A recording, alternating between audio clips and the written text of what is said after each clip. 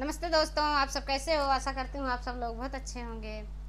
मैं एक नाच गीत सुनाने जा रही हूँ आप लोगों को। जैसे लगेगा कमेंट करके ज़रूर बताइएगा।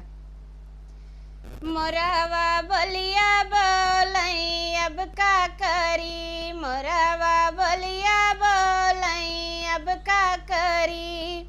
जब हम भइले 5 बरिस के, जब हम भइली 5 बरिस की, बाबा कैले बियाहवा अब का करी, बाबा कैले बियाहवा अब का करी। मोरावा बोलिया बोलई अब का करी, मोरावा बोलिया बोलई अब का करी। जब हम भइले 8 बरिस के, जब हम भइले 8 बरिस के, सैया मांगई गवनवा अब का करी, सैया मांगई गवनवा अब का करी। मोरावा बोलिया बोलई अब का करी, मोरावा बोलिया बोलई अब का करी।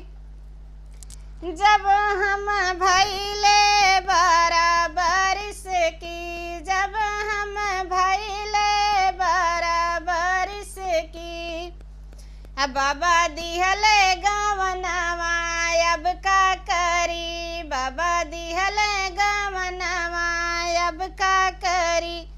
मोरावा बोलिया बोलई अब का करी, मोरावा बोलिया बोलई अब का करी। जब हम भइले 16 बरिस की, जब हम भइले 16 बरिस के, सैया लावई सवतिया अब का करी, सैया लावई सवतिया अब का करी। पिया लावई सवतिया अब का करी, मोरावा बोलिया बोलई अब का करी, मोरावा बोलिया बोलई अब का करी।